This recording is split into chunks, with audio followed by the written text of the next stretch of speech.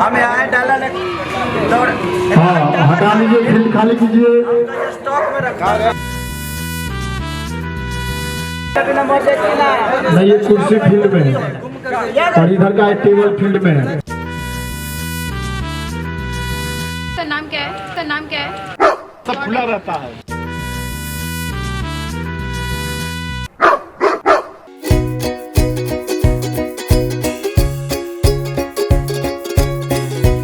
ये सब खुले रहते हैं, बनते नहीं हैं, इसीलिए सब फैमिलियर हैं, नहीं तो बहुत खतरनाक हो जाते हैं। रीड तो बहुत खतरनाक है।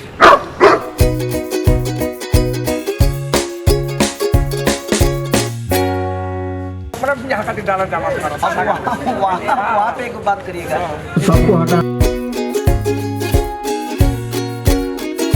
दिक्कत हो कि ना? प्रणाम प्रणाम।